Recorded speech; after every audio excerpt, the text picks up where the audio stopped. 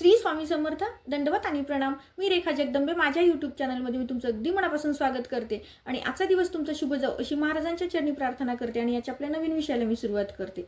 मैत्रिणींनो, चातुर्मास जवळ आलेला आहे. आता चातुर्मास कधीपासून आहे तर 25 जुलै 2026 पासून, ज्या दिवशी देवशयनी एकादशी आहे, ज्याला आपण आषाढी एकादशी असं म्हणतो. तर ह्या आषाढी एकादशी पासून ते कार्तिकी एकादशी पर्यंत हा जो 4 महिन्याचा कालावधी आहे त्याला आपण चातुर्मास असं म्हणतो. या चातुर्मासामध्ये आपण विविध सेवा करत असतो. कारण चातुर्मासामध्ये भगवान विष्णू हे जगाचे पालन करते आहेत, परंतु ते विश्रामासाठी म्हणजेच निद्रेसाठी जातात. तर जाताना ते त्यांचा जो कारभार आहे, त्यांचा जो कार्यकाळ आहे, तो कार्यकाळ सगळा भगवान शंभूवरती सोपवतात आणि भगवान विष्णू निद्रेसाठी जातात. तर ही अशी एक सुंदर आख्यायिका आहे. तर या चातुर्मासामध्ये आपण विविध सेवा करत असतो. कारण आता श्रावण आला की म्हणजे शंभूंचं आगमन. या 4 महिन्याच्या कालावधीमध्ये जगाचा भार सगळ्या शंभूंवरती असतो. श्रावण आला म्हणजे शंभूंचं पूजन करतो. त्यानंतर आहे गणेश चतुर्थी म्हणजे गणेशाचं आगमन होतं. त्यानंतर आहे पितृपक्ष, नंतर आहे नवरात्र, नंतर आहे दिवाळी. असं हे 4 महिने सणांचे सुरू झालेले असतात आणि सेवेचे सुद्धा सुरू झालेले असतात. आपण विविध सेवा, विविध व्रतवैकल्य करतो, पाठ वगैरे करतो, पारायण करतो. मनुष्य जन्माला आलं की म्हणजे माणूस काही ना काही समस्येमध्ये असतोच आणि त्या समस्येच्या निराकरणासाठी आपण अध्यात्माकडे जेव्हा वळतो तर तेव्हा विविध सेवा व्रत करत असतो. तर बरेचसे व्रत करताना आपल्याला काही कडक नियम पाळावे लागतात. परंतु या चातुर्मासाच्या कालावधीमध्ये एक असं व्रत मी तुम्हाला सांगणार आहे की जे व्रत केल्यामुळं तुमच्या घरामध्ये सुख समाधान समृद्धी नांदते, तुमच्या घरामध्ये एक मांगल्यमय वातावरण निर्माण होतं, परिणामी तुमची आर्थिक प्रगती व्हायला सुद्धा मदत होते. तर अशी ही छोटीशी सेवा आहे, ज्या सेवेसाठी खूप सारे काही बंधनं नाहीत आणि साधी सोपीच सेवा आहे. ती तुम्ही सकाळी संध्याकाळी कधीही करू शकता. अशी ही सेवा आहे. त्या सेवेबद्दलची माहिती आज आपण व्हिडिओमध्ये जाणून घेणार आहोत. तो व्हिडिओ स्किप न करता शेवटपर्यंत पहा आणि आपल्या चॅनलवरती नवीन असाल तर चॅनलला सबस्क्राईब करायला मात्र विसरू नका. मैत्रिणींनो, चातुर्मासामध्ये गोपद्म नावाचं व्रत आपल्याला करायचं आहे. ही एवढी सुंदर सेवा आहे की आणि एवढी सहज सेवा आहे की यापेक्षा कुठलीच सेवा किंवा कुठलंच व्रत आपल्याला सोपं वाटणार नाही. एवढी साधी सोपी ही सेवा आहे आणि प्रत्येक स्त्रियांनी आवर्जून करावी. तर ह्या व्रतामध्ये आपल्याला गोपद्म नावामध्येच आहे गोपद्म व्रत. तर गोपद्म म्हणजे काय तर गायीचे पाय. गो म्हणजे गाय आणि पद्म म्हणजे पाय. तर गायीचे पायाचे ठसे आपल्याला काढायचे आहेत रांगोळीच्या स्वरूपामध्ये. मग तुम्ही ते देवघरासमोर काढा किंवा तुम्ही दररोज आपण उठल्यानंतर भारतीय संस्कृतीमध्ये रांगोळीला सुद्धा अनन्यसाधारण महत्त्व आहे. ज्या घराच्या पुढे रांगोळी पाहायला भेटते त्या घरातलं वातावरण हे मांगल्यमय असतं. त्यामुळे सकाळी उठलं की स्त्रिया पहिल्यांदा झाडलोट झाली की रांगोळी वगैरे काढत असतात. तर दररोज तुम्ही वेगवेगळ्या रांगोळी काढत असाल, परंतु ह्या चातुर्मासाच्या कालावधीमध्ये तुम्हाला गोपद्म व्रत करायचं असेल तर आपल्याला आवर्जून गोपद्म म्हणजे गायीच्याच पायाचे ठसे आपल्याला अंगणामध्ये काढायचे आहेत रांगोळीच्या स्वरूपामध्ये. मग आता तर हे गोपद्म आपल्याला 33 काढायचे आहेत. कारण आपण असं म्हणतो गायीच्या पोटामध्ये 33 कोटी देव राहतात म्हणतात. तर गायीच्या गोपद्म व्रतामुळे आपल्याला 33 कोटी देवांचा आशीर्वाद प्राप्त होतो. कारण गायीची सेवा ही खूप महत्वाची सेवा आहे. कारण भगवान श्रीकृष्णांनी सुद्धा गायीची सेवा केलेली आहे, म्हणूनच तर त्यांना गोपाळ असं म्हणतात. तर अशा या गायीचं गोपद्माचं जर व्रत केलं तर निश्चित आपल्याला सुद्धा खूप सारं पुण्यफळ प्राप्त होतं. त्यामुळे ही सेवा साधी सोपीच आहे आणि ती आवर्जून करायची आहे.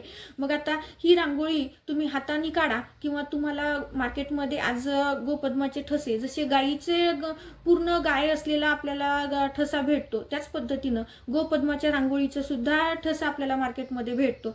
तर तुम्हाला जो कोणता ठसा घ्यायचा आहे तो ठसा घेऊ शकता. जो कोणता म्हणजे ते साईजवरून मी सांगते.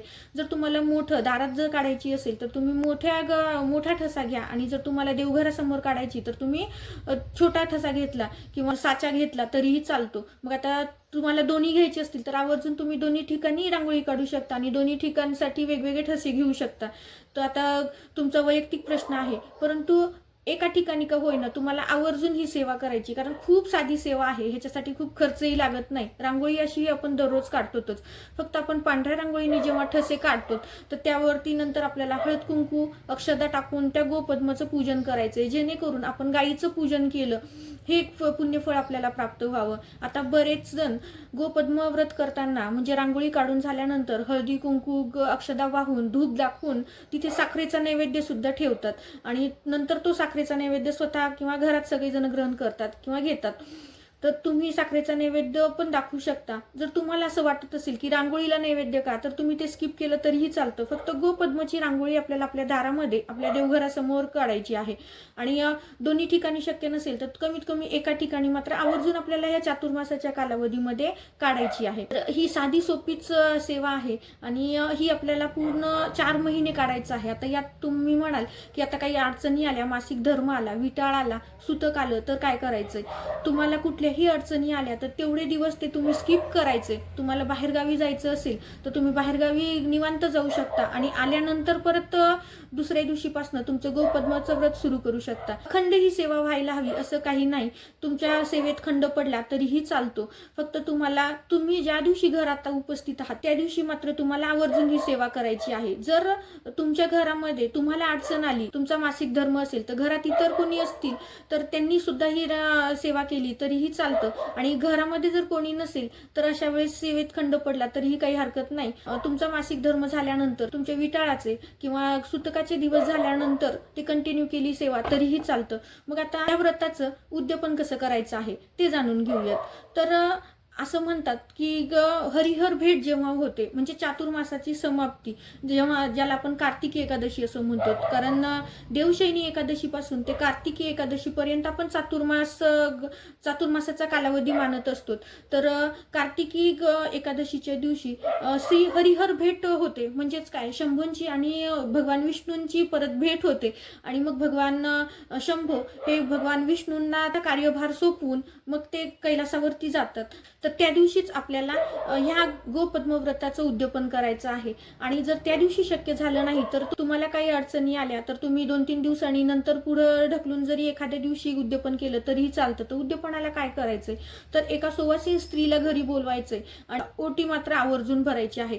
मग आता खाण्याच्या पदार्थामध्ये तुम्ही जेवण केलं तरीही चालतं, तुम्ही नाश्ता दिला तरीही चालतो, तुम्ही चहा पाणी केलं तरीही चालतं. आता यथाशक्ती तुम्हाला जे शक्य आहे ते तुम्हाला त्या स्त्रीला द्यायचं आहे. आणि त्यानंतर त्या स्त्रीची ओटी भरून घ्यायची आहे. तर ओटी भरताना आपल्याकडं बऱ्याच जणी अशा असतात की ओटीमध्ये फक्त जे गहू तांदूळ घेतलेले असतात त्यामध्ये फक्त खोबरं किंवा एखादा जिन्नस टाकतात. परंतु जर आपल्या घरात सगळे जिन्नस असतील तर आवर्जून ओटीमध्ये सगळे जिन्नस टाकायला हवेत. कारण हे सौभाग्याचं प्रतीक असतं आणि सौभाग्य आपण जेवढं दानाच्या स्वरूपात देतो तेवढं आपल्या सौभाग्यामध्ये वृद्धी होते. त्यामुळं जर तुमच्या घरामध्ये खारीक, बदाम, खोबर, सुपारी, हळदकुंड हे सगळे असतील तर हे सगळं ओटीच्या सामानामध्ये टाकायचे. आणि त्यासोबतच 33 रुपये आपल्याला टाकायचे आहेत. मग 33 तुम्ही 1-1 रुपयाचे नाणे टाकू शकता किंवा 10-10 रुपयाचे 3 नाणे टाकून 2 रुपयाचा एक आणि 1 रुपयाचा एक असं नाणं टाकू शकता. नाहीतर 10-10 रुपयाच्या 3 नोटा, 20 रुपयाची एक, 10 रुपयाची एक नोट आणि 3 रुपये, या पद्धतीनं जसं आता तुमच्याकडे ज्या पद्धतीने पैसे आहेत त्या पद्धतीने, पण मात्र 33च रुपये आपल्याला त्यात टाकायचे आहेत. कारण आपण 33 गोपद्माचं व्रत केलेलं आहे म्हणून ते 33च आपल्याला टाकायचं आहे. आता हे अधिक मासामध्ये सुद्धा हे व्रत केलं जातं आणि चातुर्मासामध्ये सुद्धा व्रत केलं जातं. आता अधिक मासामध्ये 33 या संख्येचा मान आहे आणि चातुर्मासामध्ये सुद्धा आपण 33च का, तर आपण 33 कोटी देव गाईच्या पोटात राहतात असं म्हणतो. तर त्या सगळ्या देवांचं पूजन आपल्याकडनं व्हावं म्हणून आपल्याला 33 रुपयाचंच दान त्या स्त्रीच्या ओटीमध्ये टाकायचं आहे. आणि ह्या पद्धतीने आपल्याला उद्यापन करायचं आहे. म्हणजे सोप्या पद्धतीने ह्या गोपद्मव्रताचं उद्यापन करून घ्यायचं आहे. तर निश्चितच तुमच्या आयुष्यामध्ये, तुमच्या घरामध्ये भरभराटीचं वातावरण निर्माण होईल. कारण ही एवढी प्रभावी आणि एवढी साधी सोपी सेवा आहे की ह्या सेवेमुळं आपल्या घरामध्ये एक मांगल्यमय वातावरण तयार होतं. आणि मी नेहमी तुम्हाला सांगते की ज्या ठिकाणी सकारात्मकता आहे, ज्या ठिकाणी मांगल्यमय वातावरण आहे, अशा ठिकाणी माता लक्ष्मीचा वास असतो. आणि आपण चातुर्मासामध्ये भगवान विष्णूंची मोठ्या प्रमाणात सेवा करतो आणि त्यासोबतच भगवान विष्णूंचं म्हणजे श्रीकृष्णाचा आवडत्या गायीची जर सेवा केली तर निश्चित तुमच्यावरती माता लक्ष्मी आणि भगवान विष्णूंचा नित्यवरद हस्त राहील. त्यामुळे तुमचे आर्थिक प्रश्न सुद्धा मार्गी लागतील. साधं सोपंच व्रत आहे, आवर्जून महिलांनी करावं. दरवर्षी तुम्ही केलं तरीही चालतं, कारण आपल्याला एवढा कालावधी झालंच पाहिजे, यात कुठलेही म्हणजे अडचणी नाहीत आणि साधी सोपीच सेवा आहे. जरी खंड पडला, जरी अडचणी आल्या तरी सुद्धा आपल्या सेवेला काही गालबोट लागणार नाही. त्याच्यामुळं आवर्जून सगळ्या महिलांनी ही सेवा करावी. दिलेली माहिती साधी सोपीच आहे पण मला ती तुमच्याशी शेअर करावीशी वाटली. आवडली असेल तर लाईक करा, शेअर करा. आपल्या चॅनलवरती नवीन असाल तर चॅनलला सबस्क्राईब करायला मात्र विसरू नका. झालेली सेवा महाराजांच्या चरणी रुजू करते आणि हा व्हिडिओ इथेच थांबवते. श्री स्वामी स्वामी समर्थ. दंडवत आणि प्रणाम.